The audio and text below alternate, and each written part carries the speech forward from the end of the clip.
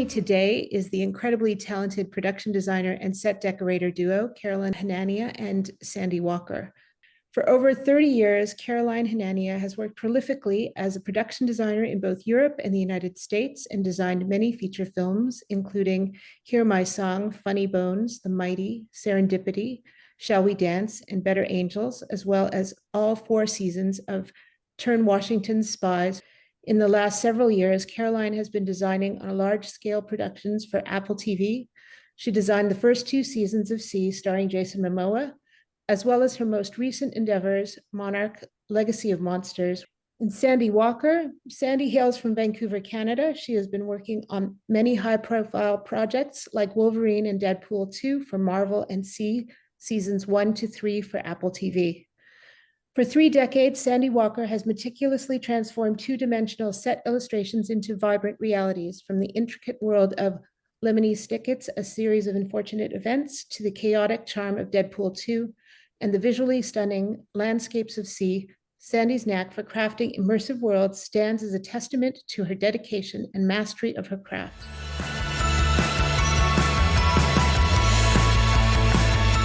What I wanted to start with is the relationship that the decorator and the designer has together. And personally, I feel like it's one of the most important relationships in the art department. I know that the two of you have been working for several years together and you have a really good shorthand. I'd like to know a little bit about what that relation means to you. We have a great working relationship, and she understands how to interpret ideas that I have. I like to be very creative and imaginative about how I design my sets and introduce as much as possible in terms of references, or, not only do we do extensive research, and I like to get a lot of inspiration, which I plaster on the wall so that everybody, can absorb them. And, I put together images. I talk to her about how I conceive of certain sets, and she contributes and comes up with ideas too. So it's a very collaborative process. I like to work a lot with color, texture, and, sort of subtle references sometimes, that play in the sets. And, we look at images together. She comes up with all sorts of ideas. Obviously we've worked together now for several years, and I can't imagine doing a film without her. I would agree with Caroline. We have a very, very, very, very short hand communicating with one another. It's imperative for a decorator to really get to know the designer on a project. And at the very beginning, you're sort of feeling each other out. You're like, I will show a new designer that I haven't worked with, as in Caroline, when we worked on See season 1 together. I was showing her some images just to get her feedback on a couple of those images to see if I was on the right track.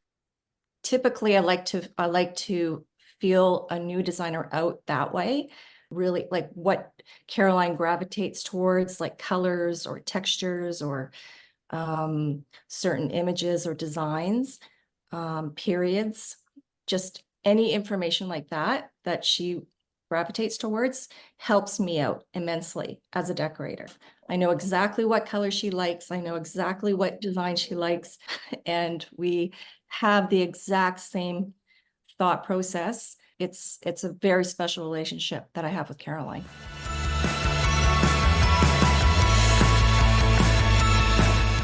Let's talk a little bit about Monarch, your last collaboration together. It's currently out on Apple TV, and I know the series starts in Japan, and one of the first sets that we see is the Randa home. Do you want to tell me a little bit about your starting point for that? Essentially, because it's a Japanese home, we were very respectful in terms of making sure that what we were placing in the home was correct. And we did that with advice from several Japanese advisors. I sort of developed a palette for the show, and particularly for that home. a warmth to it, you know, a warmth to the colors, being a family home that, you know, obviously in the narrative, it's part of the conceit is the fact that, you know, Hiroshi has two homes, but, you know, homes in Tokyo are particularly quite small. We didn't want to make it so incredibly tight, the space, you know, and we designed it so that it was an apartment, a location in Tokyo that we used for the exterior, and we mimicked some of that in terms of what you see out of the window. You know, we followed through with things like, well, particularly Sandy did with in terms of the kitchen and how that was laid out and the certain cooking equipment that is used in Japanese homes, you know. Then we sort of enriched it with Kentaro's world and his artistic side. It also has a slightly Western feel to the home. We also made sure that when people come in the door, they remove their shoes and they walk on the, you know, tatami mats and so on. So all that was very carefully thought through. And it's a set that we see extensively and we will see again in season 2. It plays it's quite a large character. In terms of trying to find set dressing, the correct set dressing. I was going to ask, did you bring things in from Japan, or like how did that work out? Yes. So fortunately, we had a few Japanese citizens that were working on the show, and especially Caroline hired Hiroshi, one of the art directors that ended up going to Japan and was art directing for that portion. So when he was down there, he had contacted the crew who did a lot of shopping for me.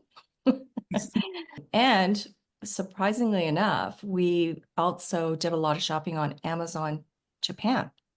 Shipped like the stovetop that has the fish steamer drawer in it. We ordered that through Amazon Japan, and it arrived within 3 days. We ordered like light switches and all the fire extinguishers and fire bells, all that kind of hardware that you don't think it's important, but it is important. It kind of makes or breaks a set and makes or breaks like what region or country you're in. So set decorators or set deck, you know, department have to worry about things like that. Those little details that add to the set. So we ordered a bunch of that the Japanese crew sent over to us, shipped over. I imagine that like any of that piping, all that stuff is all different because it's a different wattage, it's different. So every single part of it would be different sizes. We could get away with pipe and all that kind of stuff, but it was the particular like door plaques that have their names on it at every apartment, right? And then there's even the door locks. Just small intricate details that I think add to a set, and we try to find whatever we can possibly here in Canada when we're shooting it, and if we could mimic it or copy it close enough, we would use materials here. But if it's very particular, like the fire alarms, you know, we ordered that directly from Japan.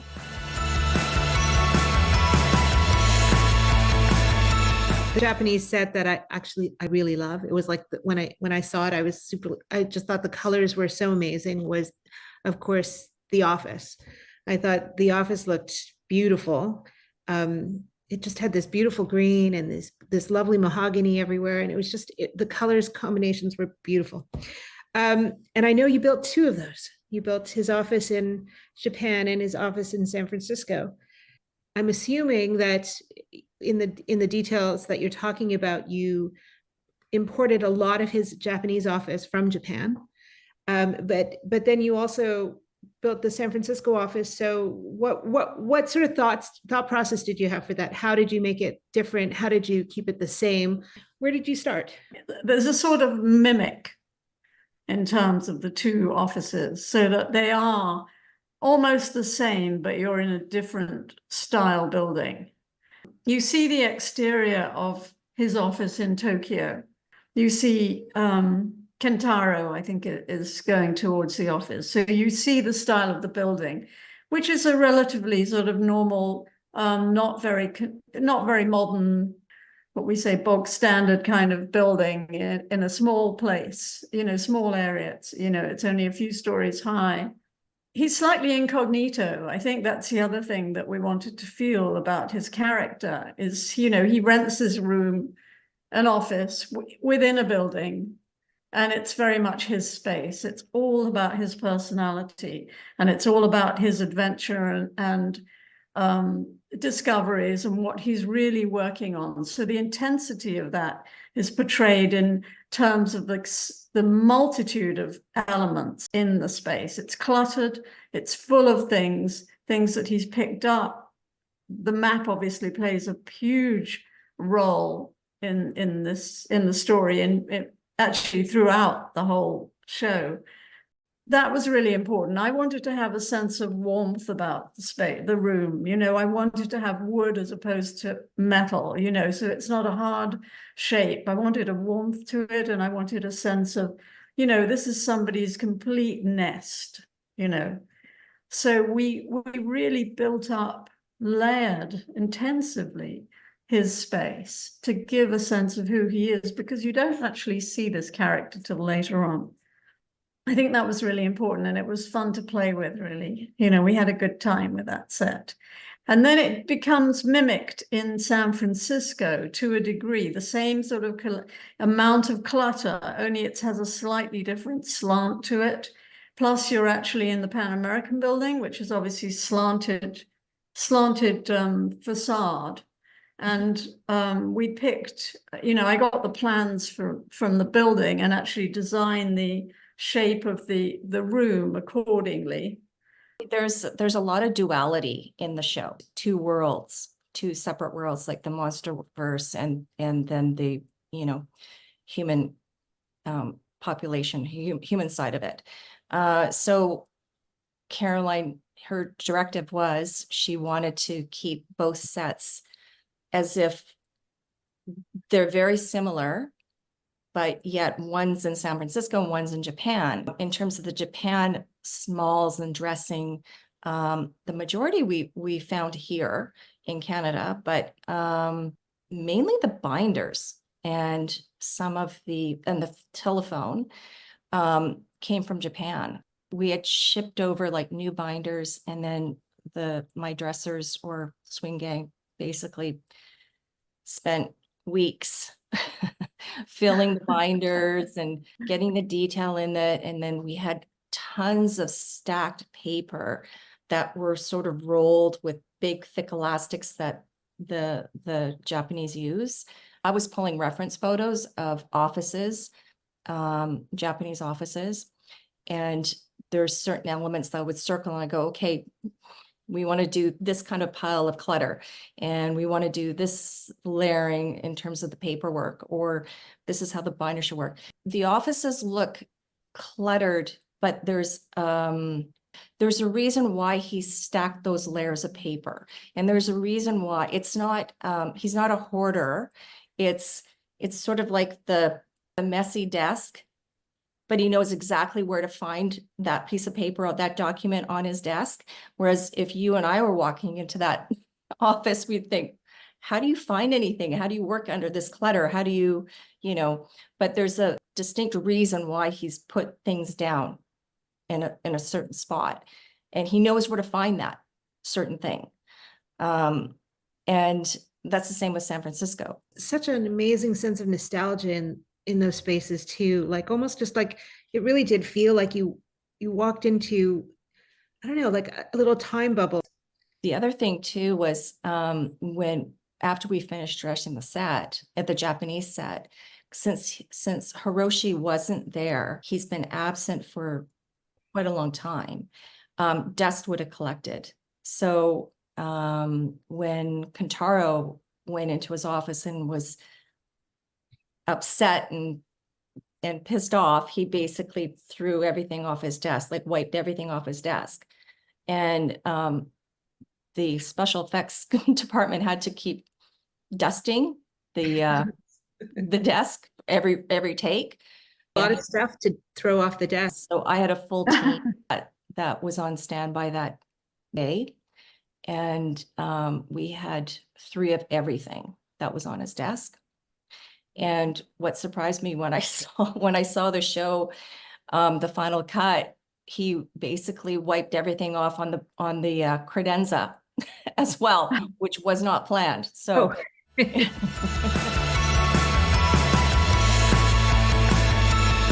one of the things, you know, we've had another conversation with a decorator, and one of the things he mentioned was that he likes to just put all those details of, like, you know, it wouldn't just be a bunch of checkbooks in the drawer. It would be checkbooks made out to the person who it should be. And so, like, I just feel like I felt when I was looking at that set that all of those things were there. So that thinking about all those little details that create, I don't know, they become part of the person, really, the room, right? So it's just so important, I think, to have all those little bits in it, and I think you put them all in. I think actors, from my experience in the past, I mean, I remember working with an actor who actually wanted to know what was in the drawers of her wardrobe, you know. So we'd fill them with socks and, you know, underwear and things like that. She wanted to make sure that they were in there. So it was also part of her character. And you are representing their character often when you haven't even, you know, they've never been into that room before. We did have to fill all the drawers because he kept going through, like the kids went through the drawers. And so all those files, we actually got file folders sent from Japan. So all those file folders had to be created. And we worked hand in hand with props because they produced a couple of folders. But then we had to mimic what they produced to fill the rest of the file drawers. And in his desk and all that kind of, and we had to make sure it was all Japanese smalls, like not North American smalls, right? It's all Japanese smalls. And it is it's an extension of their character. I think the character is super important. You know, I mean, even when you're reading the script, you're thinking about who they are and what their history is. And, you know, even you have to develop it rather than just thinking about, okay, we're going to have this set. You know, if it's something to do with somebody's home, you have to think about how, you know, even in the Randa or the Mura home, you know, you want to feel that, you know, Kentaro grew up in that home. You know, you want to feel that there's evidence of, you know, photographs of when he was a child and, you know, with his father and so on and so forth, you know. Then Emiko's been living there on her own for some time. So it becomes a little more, you know, her space. So there's all this, you do think about that, you know, in terms of the design and the set decoration, you know, you actually are getting inside the head of who it is who's actually living in these spaces. Let's talk about the plutonium reactor plant, which starts, I guess, in the flashback. So I know, having worked with you before, that your sets are vast. Is this a vast set? Like, did you start vast, or was it location? Did some of it? No, the exterior is a location. I know initially I had this vision of where this location, where the plutonium plant was set. Visually, and it was actually based on a location that we shot on sea, ironically, on the island. And there was this great vantage point where you could look down into this valley. So I had an illustrator actually draw a concept for that, which obviously visual effects have transformed it and done it how they wanted to. But I always kept this as my image of how I always saw how our characters view this place for the very first time. So we did a concept for it.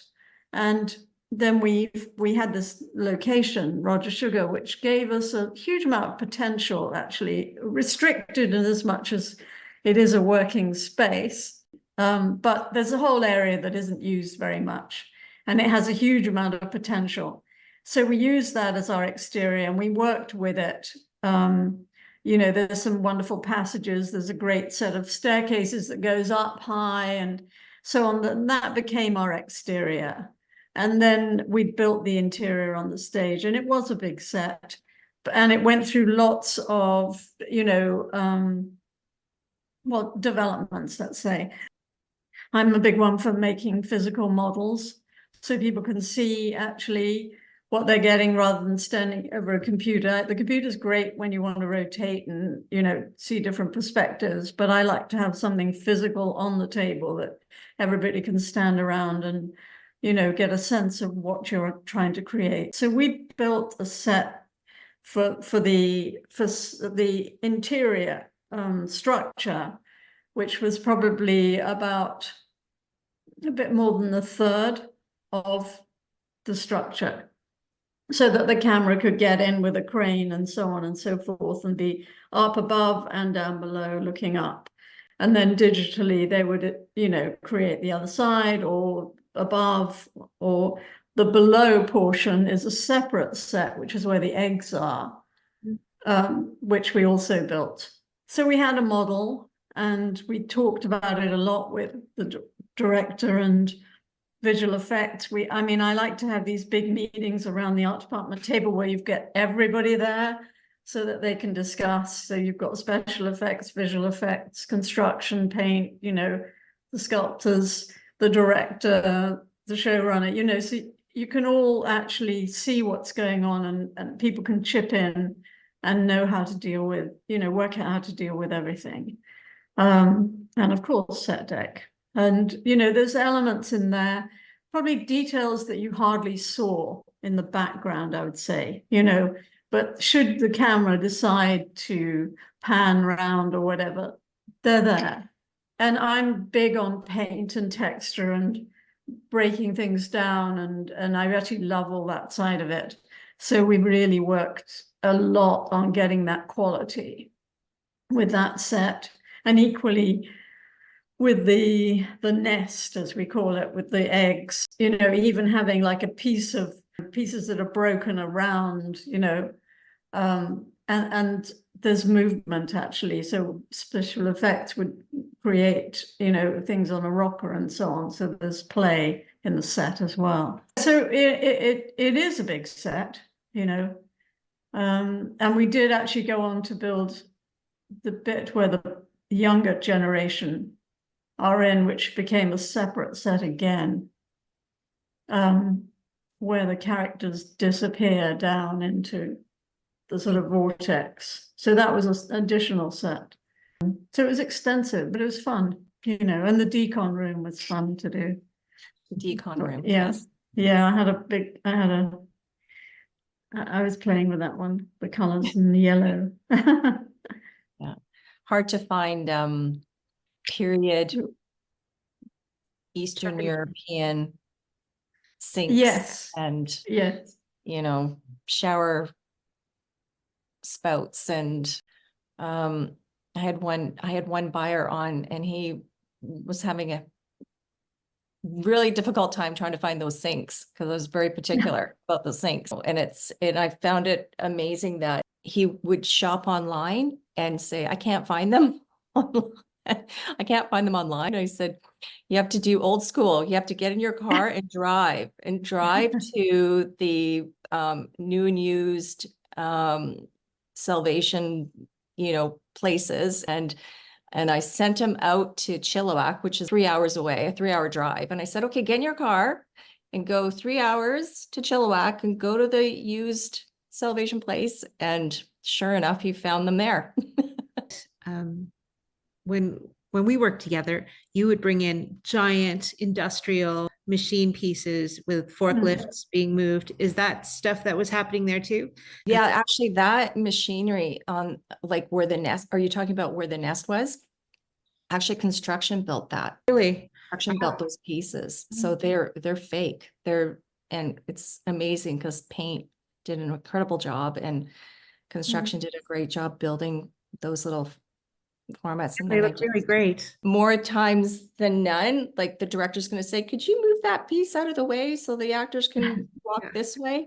So yeah, you have to be practical too when you're putting set dressing on a set. Like it shouldn't be too heavy. It should be easy enough for 2 or 3 people or 4 people max to move something.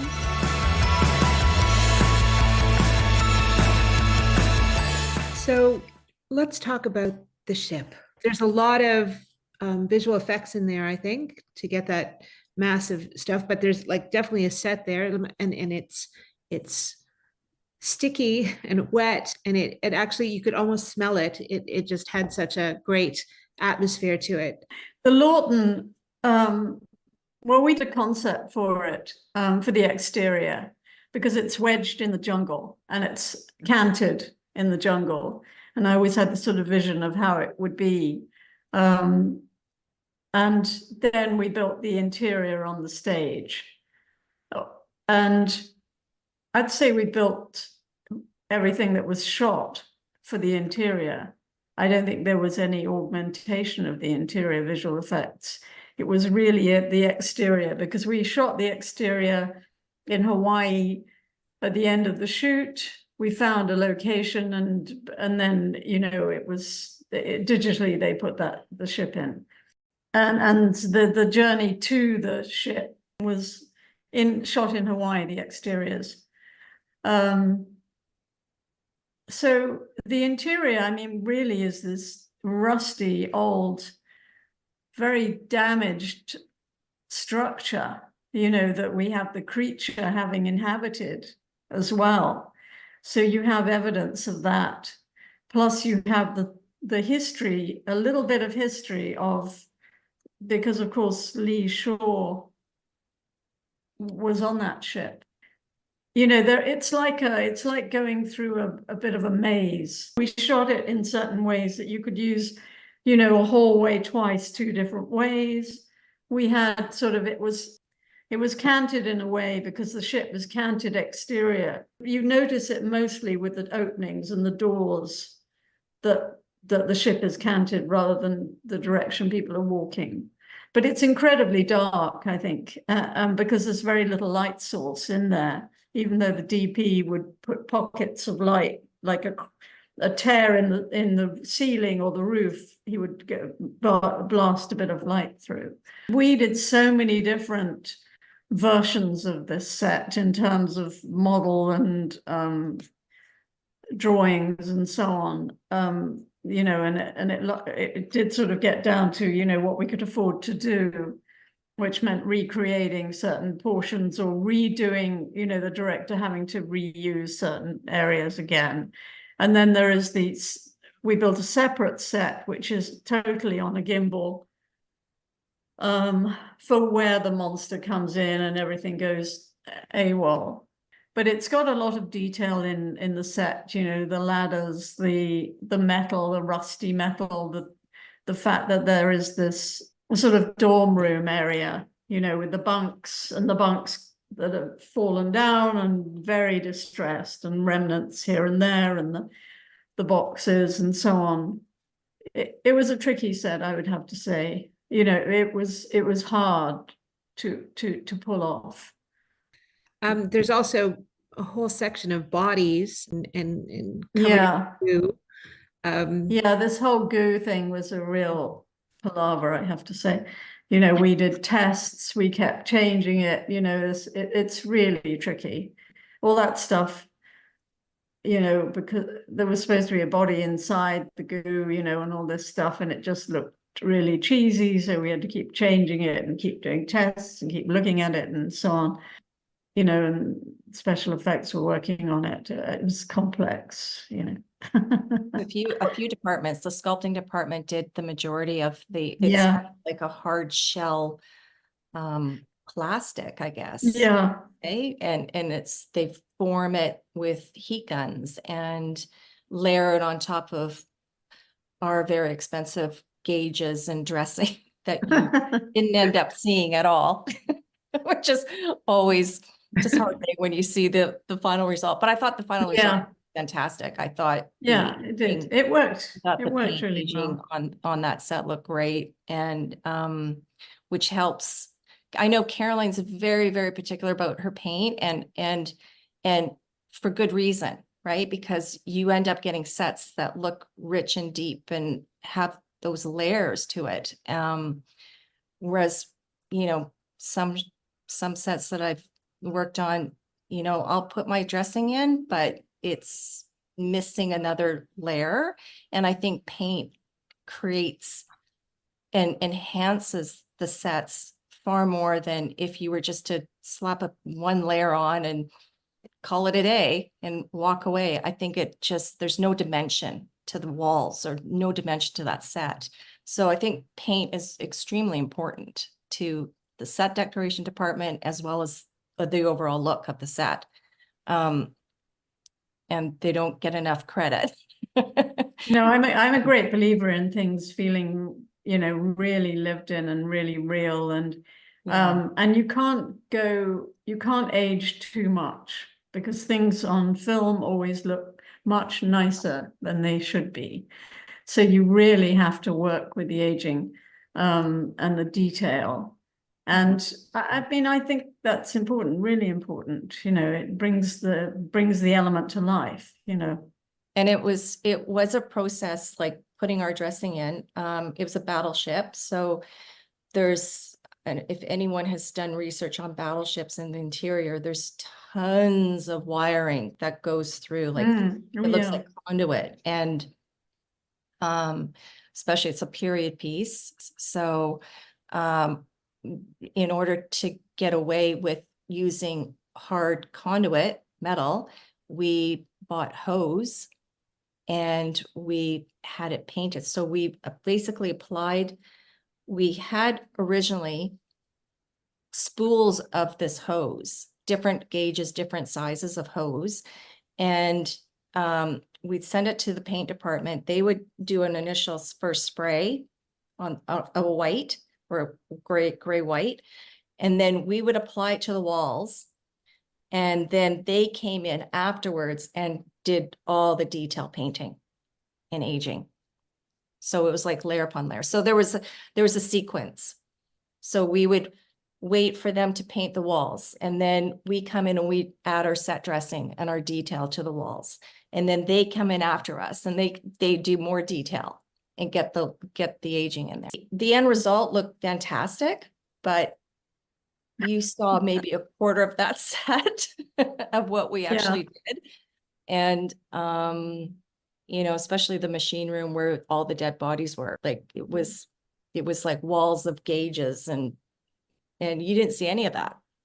You can't risk it, you know, unless a director says, I'm only ever going to look in this direction. You have to make sure, because they never do. And the moment arises and somebody turns around and you haven't done that corner of the room, you know, you just have to. And the other thing is that we're never normally there when we're there shooting anyway, because we're working ahead, and we're, you know, I'm probably 2 episodes ahead, you know, by the time they get to shoot a set. And you know, it's very different, I think, working on television to film. I would say that you have more detailed time with the director or so on, you know, during filmmaking than when you're working on a television show. Right, because you're also dealing with different directors and different DPs that have their own take on what that should be or what action goes on. And Caroline's right, like we're not there during shooting. We open set if we're lucky enough, and then we hand it off and go, hey, it's your playground now. You're now at that point, I'm reliant on 100% on my on-set dresser to make sure that everything in the frame looks correct and aesthetically pleasing. How big was that set then? Like, I mean, how long did it take you? It was an extensive build, I would have to say. It went on a hugely long period of time. I can't even remember how many weeks we were building it. 12? You think?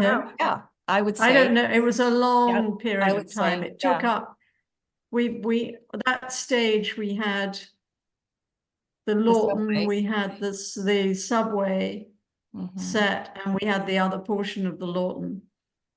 So it took up a stage We for did. a long period of time. I can't remember what the length of it was. I It would say was, that it was 80 feet or not quite. It was a very tricky set. yeah, the gimbal set was Hmm.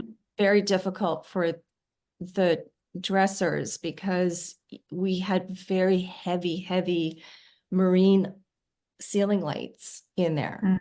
that should look like they're coming down, like they're kind of deteriorating and falling apart, and some are just dangling. They had to make sure that everything was fastened secure enough, because once the gimbal started, and it was pretty intense, because I don't think anyone realized how intense special effects was making that set gimbal. You know, we had to just do a triple check on everything.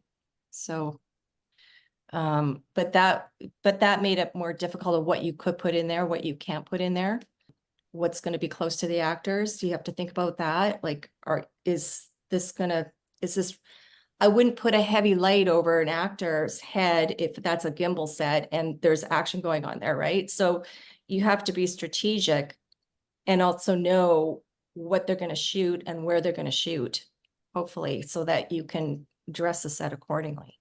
Like set deck, I think, is sort of the hub of all the departments, because we're sort of tentacles are out to all the departments, and we have to keep in mind of costumes, whether our sofa's going to match the actor's dress or pants or whatever. You don't want to have the same color, else they're going to disappear, right?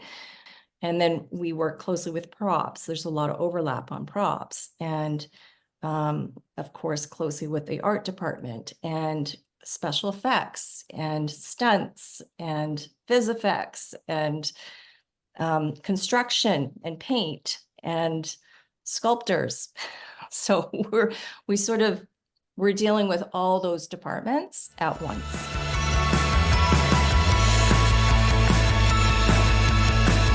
Speaking of a big, massive set, the destruction of San Francisco looked enormous. Just, all those cars, all the rubble, everything that was there, like what, I mean, I have looked at the pictures, so I saw that, some of it is green screen, but do you want to talk a little bit about that? We were shooting it in the middle of downtown, or the center of Vancouver. Wow. Because it's supposed to be set in San Francisco. Yes, it is set in San Francisco. So technically we were looking for older buildings, very keen to have like older structures that we were working with. And we found some alleys which were the most malleable to work with because we could own them, and we needed to own the spaces so that we could dress them so extensively. I mean, a lot of the alleys are absolutely covered in graffiti, which is great in some ways, but in other ways it's impossible to use because you have to find out who did it, and we don't even know, and so on and so forth. And otherwise you're painting walls that you can't cover, or you're creating walls to cover over. So it's very tricky. And plus what we were also trying to achieve was a before and after, which it comes through in the narrative, where you see Kate in her life before in a certain location, and then you see it in the latter part when she comes back, and it's post when she comes back with the gang. Yeah. G-Day. So it was a lot of dressing. I mean, a lot of dressing and signage. I wanted to do a lot in the alley, actually. I wanted to kind of create a little bit of a world there. And we also had to create a subway entrance which was very tricky, you know, because you can't really dig into the sidewalk. And, you know, so we also wanted to echo the fact that it probably was in Chinatown. We wanted to play on that. So we had, you know, a truck that was delivering and the back of it was open and there were boxes flying out that had flown out of it and stuff. And we used Chinese lanterns and, you know, signage and so on, and built a broken wall on one of the openings. There was a sort of where there must have once been a building, but it was now a parking lot. But we actually put a facade there, a broken facade, to create the sort of debris. I mean, it's primarily shot at night.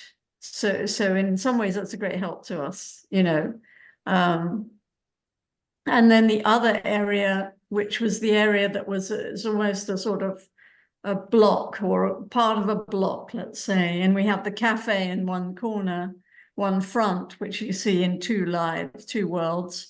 And you go around the corner and you get to what I was hoping would be like a market area. You know, so we created it as if it had been a grocery store, or, you know, you'd go in and there was cartons and stuff around and crates and so on.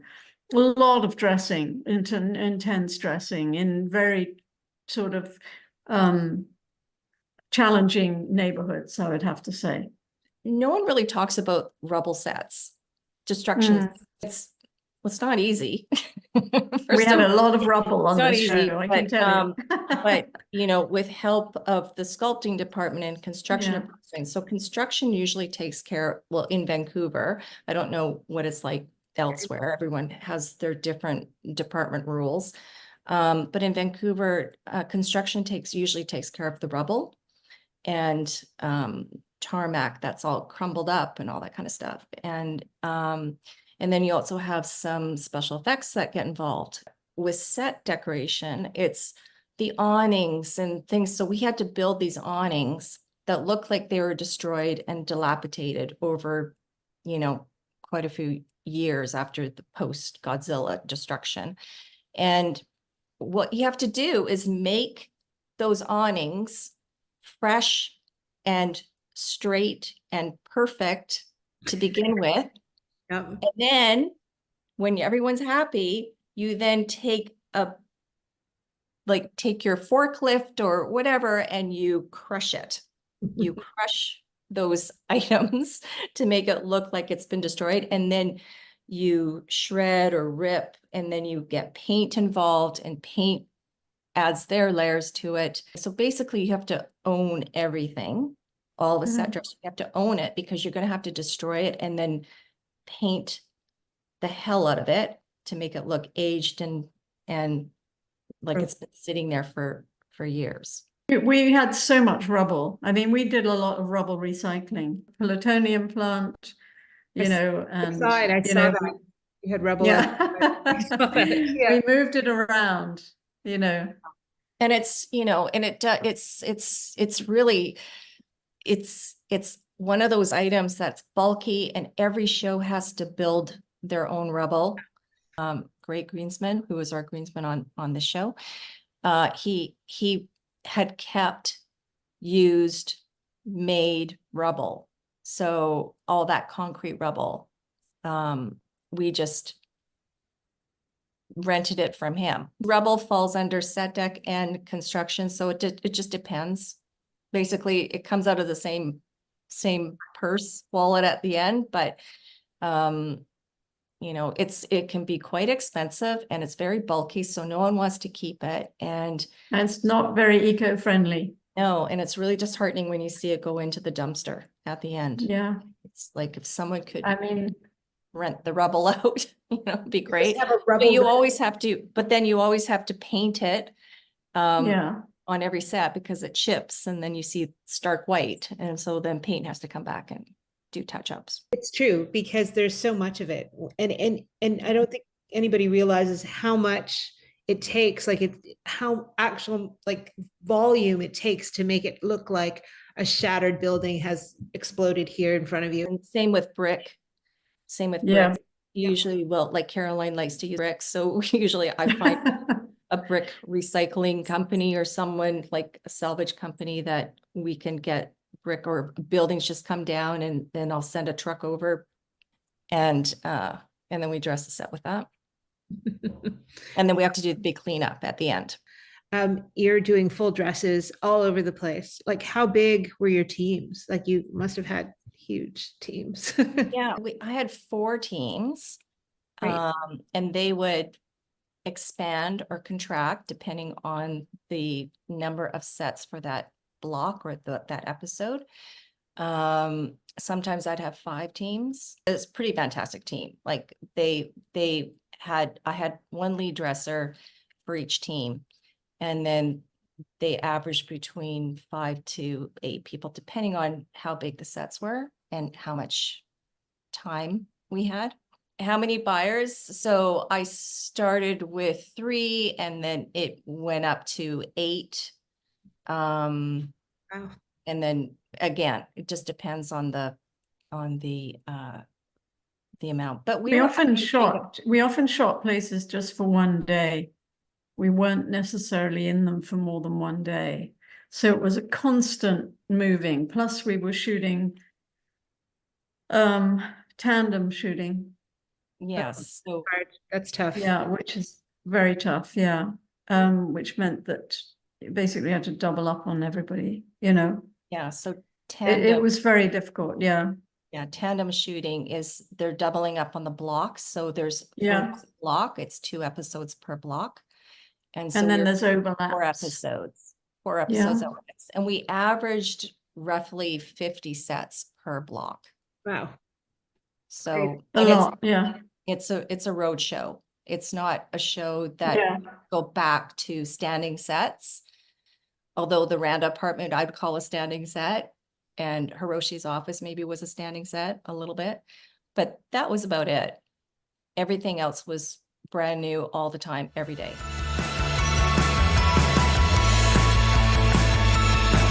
One of the other sets I wanted to talk about, which is the ballroom.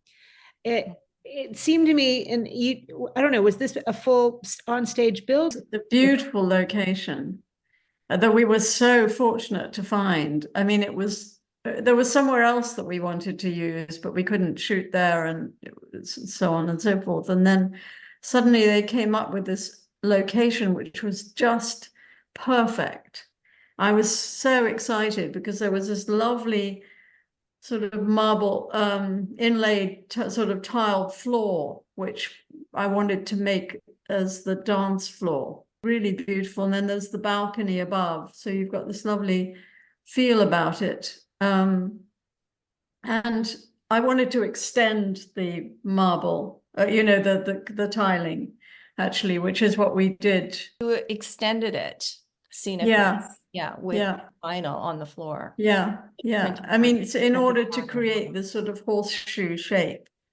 I mean, it's set in the 50s and it has a slight echo of the 30s as well within the space. And I was very keen to have these lovely palm tree lamps. They're gorgeous. The first thing you see. Sandy's laughing. I had a complete vision. I knew exactly what I wanted to do. And it's something I'd done on a film probably about, God knows, 30 plus years ago, which I think I'd found them actually in London originally, and used a couple in a sort of club scene.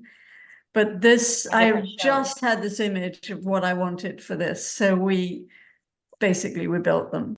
Yeah, Caroline said, I want these palm tree lights. And I'm thinking, oh boy. So I'm searching through Google and found these palm tree lights. And she's like, those are perfect. Yeah. Oh, okay. Uh-oh. Then we had to build them. And it took quite some time to build. Quite a challenge, yes. Like it was very challenging because we had to get the welders involved. And originally, Caroline, why don't you explain what happened originally with the one palm frond that they built everything too heavily. I mean, the metal, the fabricators, basically everything they build is supposed to be as solid as a rock. And this thing it was so cumbersome and weighty. And the whole point about these lamps was to be able to move them around the room if we needed to, as you know, most set dressing moves. And they were so cumbersome and so heavy. It was absolutely terrifying. I mean, they turned out beautifully. You know, they really did. They looked stunning, and it really sings in the room. The other thing I wanted was the wallpaper. So again, actually, so one of Sandy's buyers, you know, I knew exactly what I wanted again. I tend to know what I want. These beautiful big palm frond wallpaper that you can sometimes find here, you know, sort of 50s retro kind of thing. But actually, one of Sandy's buyers found this absolutely beautiful fabric. And what we did was we then used that and then printed up wallpaper and basically did a whole section of the room. So it was absolutely lovely. It was a great set, especially with them all in costume and the music and the band. You know, we obviously made the bandstands, and, you know, it had a really lovely feel about it. I think it was great because, you know, the story, you have to remember, is told in 2 different generations. And so there was quite a lot of sets and locations that were 1950s. Even the upstairs part of that area, which you see very briefly, there's a scene where they're standing outside an elevator door. So I suddenly, and this was a real last minute thing, I thought I really want a 1930s elevator surround. So I literally did the classic draw on a piece of paper and said, that's what I want. And they built it and painted it, and it was up in a weekend. And it looked great, I have to say. We got away with it, I think. You know, I sometimes think with sets, you know, the challenges are great. You know, you have a vision, everybody's working towards it, you know, you're up against it, trying to get things done in the time and so on and so forth. And then, you know, you're up, it's all such a lot of pressure. And then the actors come in and they're all in these beautiful costumes, and the music starts and the whole thing comes to life, you know, and it just makes the show, or, you know, the set.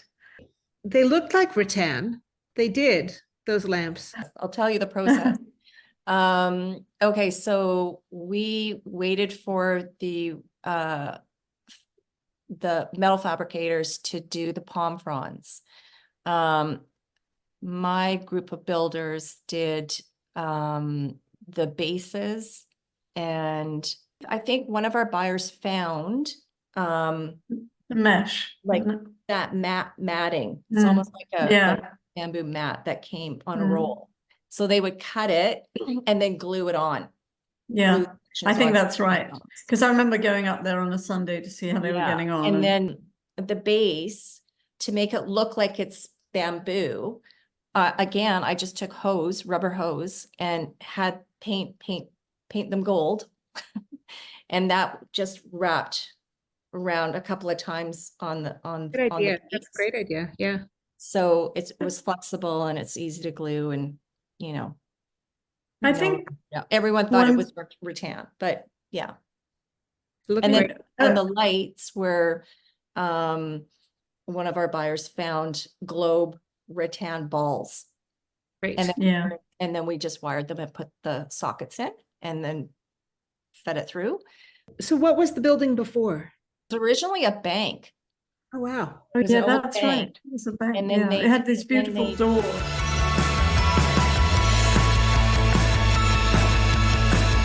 There was one other spot that we all loved watching it, and actually one of my colleagues had also mentioned is your street in Japan. Was that a location, or was it where they were? Which street in Japan? Eating ramen, I think, with all the beautiful Japan road lights. Was that Japan? Tokyo. We shot in Tokyo for a couple of weeks. I went and scouted, and we found some great locations, actually. I mean, it is what it is, and it is so fantastic. And we very much used, you know, streets how they are, you know, with certain changes and so on. The one thing we did have to create was, which was more extensive, was a subway entrance. because we couldn't use an existing subway. There's so many people, and they're not that interested in film and television. You know, it's really, people get on with their lives and they don't want to stop that. So we created our own subway entrance, which then we go to our subway set, which we built in Vancouver. And that we found this rather amazing sort of college that was closed because of COVID. And we created this whole area that became an entrance that people could go into. And then, of course, there wasn't really anywhere for them to go to, you know, so it was when they're rushing in down.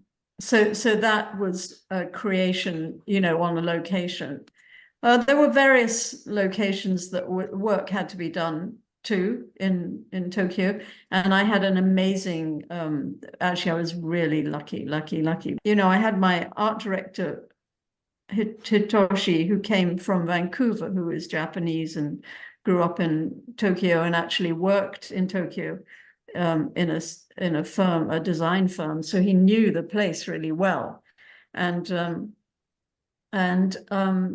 there's our liaison person in Tokyo was just an amazing woman who put together this team, which is this fantastic production designer who basically brings everybody, props, set deck, everything, any construction, any signage you want. We would design all the signage in Vancouver, and then they print it up in Tokyo. Wow. So total sort of control over everything. But they pulled it off amazingly. I mean, and they worked incredibly hard, long days pulling, trying to get things together, because the streets are used by everybody. It's not like you can completely close them down. And the noodle shop was a great location, really lovely. And, we changed the lanterns there. We actually built the little back room. We built that on the stage in Vancouver. Various things that I wanted to do, the reverse of it. I wanted to put up, they have all these fans and heaters and things on the walls, and I wanted to do that. So we did that there, so there was, a bit of work with the locations to make them, work 360. But I mean, it's such a fantastic city, and it's so vibrant, and everything just looks stunning. I mean, it's a total treat to shoot there, and I really wanted to make sure that we shot as much as possible Tokyo exterior in Tokyo, as much as possible. But the tricky note in this was that everything in Tokyo was in block 1. And then when it was block 2, we had a different director, and they obviously wouldn't go back to Tokyo for those pieces, but I was really concerned about, because the street signage is different. Everything is different. It's incredibly, challenging to try and do that unless you have concrete control over the street or the alley and so on, or you build it on location or something. The graphics were excellent. They really graphics were fantastic. Yeah, they looked really great. In fact, in my office, I have the poster from the gallery up on my wall.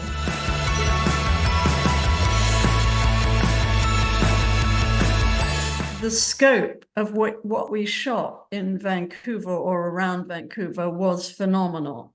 The snow, the glacier, the desert, San Francisco, that was all around Vancouver. The woods, the forests, the scope and the variety and the range that we achieved was quite extraordinary in basically essentially one city. I mean, we went to Hawaii for certain stuff, and we went to Tokyo, but otherwise it was all within BC. Thank you so much for taking time out to talk about this show. It was so great to watch. I'm looking forward to season 2. I know you're going off to Australia to do it. I hope there's some fun and interesting things happening in season 2. Oh yeah. some great locations. I'm very excited about it. I've been, they've got location people out there looking at locations, which is great. They're writing scripts now. It's a new journey, Amazing. And I think we go back to Tokyo as well. Well, I'm looking forward to season 2. Yeah. We'll see you again soon.